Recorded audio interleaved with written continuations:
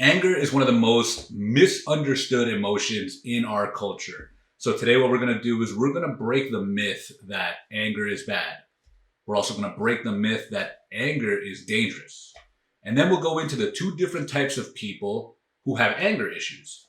One of them is the guy that you know that has a short fuse and is always angry. Always angry. The other one is the person that can't get angry and that is super fearful of their own anger and of other people's anger. So we'll explain both of those scenarios. And also, of course, we'll finish off with 3 somatic exercises that you can use in a healthy way to release anger. Not just venting, not just blowing your lid, right? To actually go in, experience anger, and release it in a positive, good, healthy way. So let's go over the myth of anger.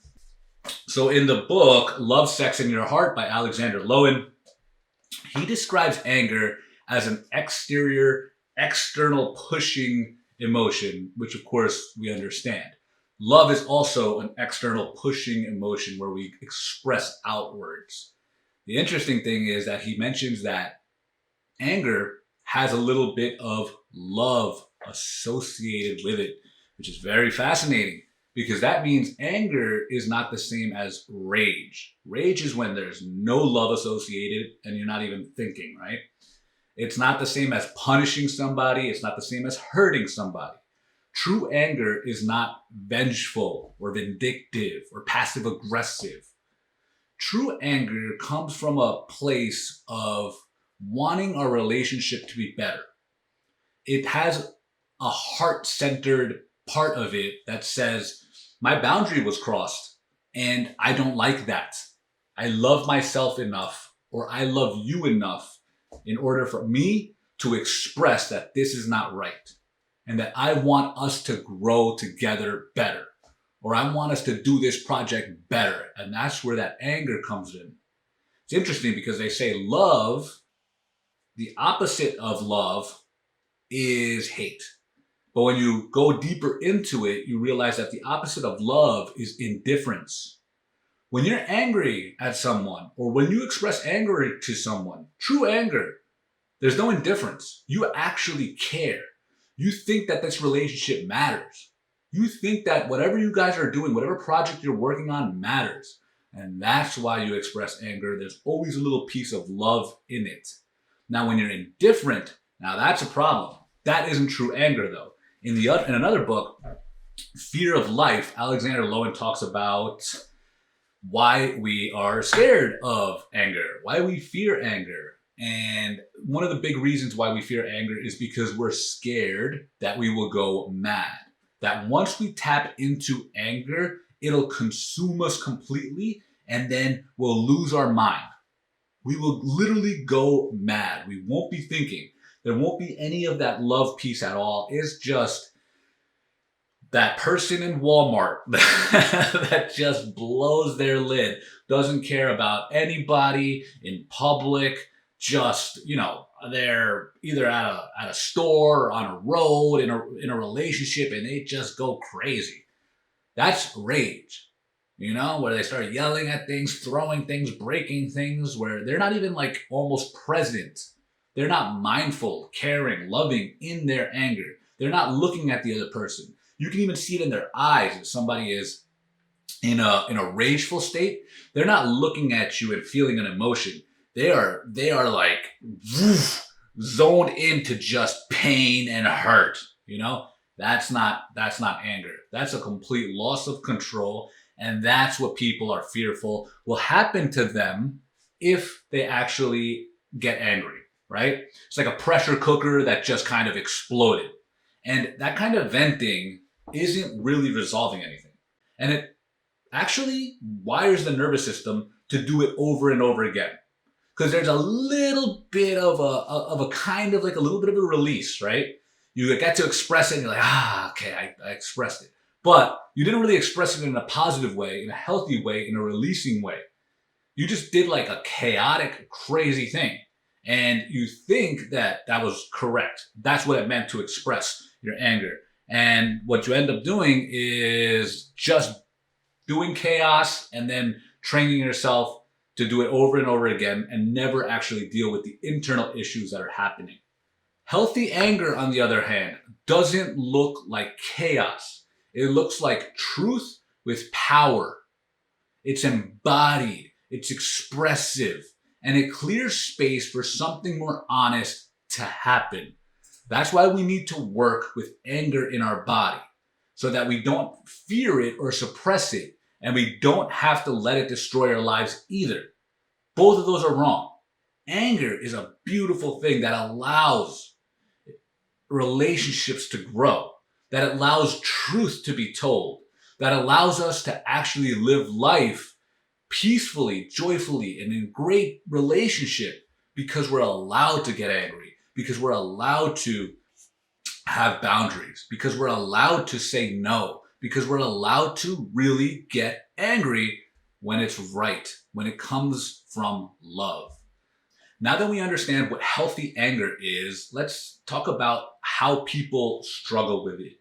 The two different camps, right? The two different patterns that we spoke about before.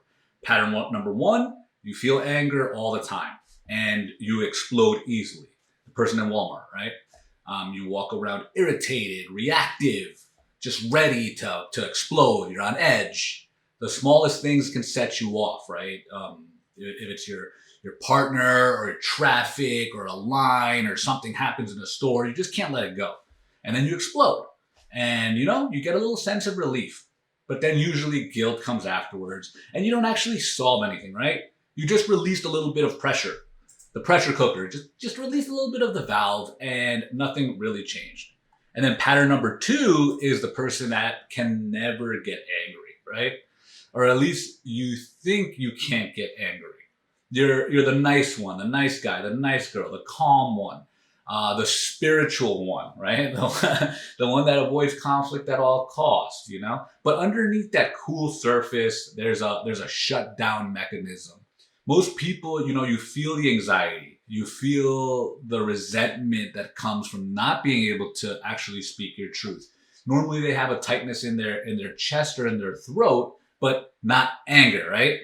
The truth is, though, that both patterns come from the same root problem. The body has never been taught to move anger through it in a healthy way. So the second person is just stuck not being able to feel anger. And you know what? Their cool, collected, outward smile, that everything is always okay, it's not really fooling anybody. It's not really fooling anybody. And you know what's going to end up happening? People are just going to take advantage of you because of this fake little smile that you place out in the world and never actually set a boundary, never actually have the ability to be angry. That is not healthy. That is an anger issue. Okay? So let's connect these patterns into what is happening in your body. That's what I'm all about, right? The spirituality of the body, spirit of life, love, sex in your heart, bioenergetics, the body-mind connection, your nervous system, all that jazz. Let's put it all together so that you know what's going on within. So when anger has nowhere to go, it gets stored in your body. When this emotion has nowhere to go, it produces what in bioenergetics we call muscular armoring, which is chronic tension patterns in your muscles. And most of these you can see, especially when it comes to anger, in the back, in the shoulders, in the jaw. And we'll go deeper into each single one. But if you're explosive and that's your main type of emotional issue, it usually means your system is overloaded and you're already full of stored emotion. So anything on top of that just makes you blow, right? And if you're in the other state, in the other camp, and you're shut down, it usually means that you've learned to disconnect completely from the charge, from the emotional charge of anger.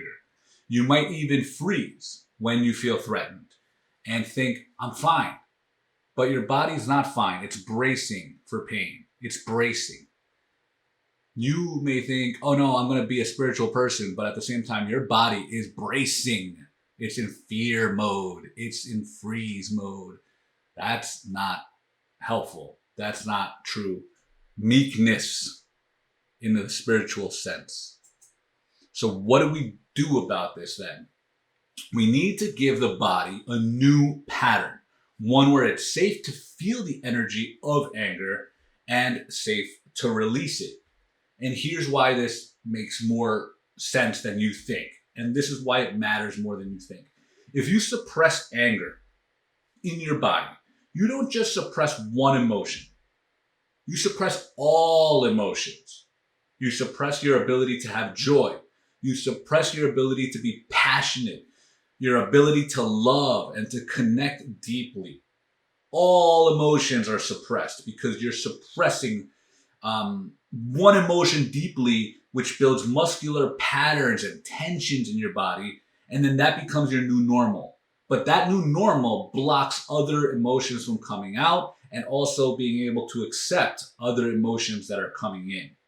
So you can't feel fully alive with a clenched jaw or a collapsed chest, tight shoulders. You're not going to be a joyful person who's free and loving and fun and joyful, excited, all that type of stuff when your diaphragm is frozen, your heart is armored, your back is tight, you're walking around like this, you're shallow breathing, you're just ready, on edge, about to explode at any moment. And it's just like, yeah, are you going to be able to hold on to joy, to peace, to love? Are you able to hold on to that emotions? No, because you already have these muscular armoring within your body that is not allowing you to do so.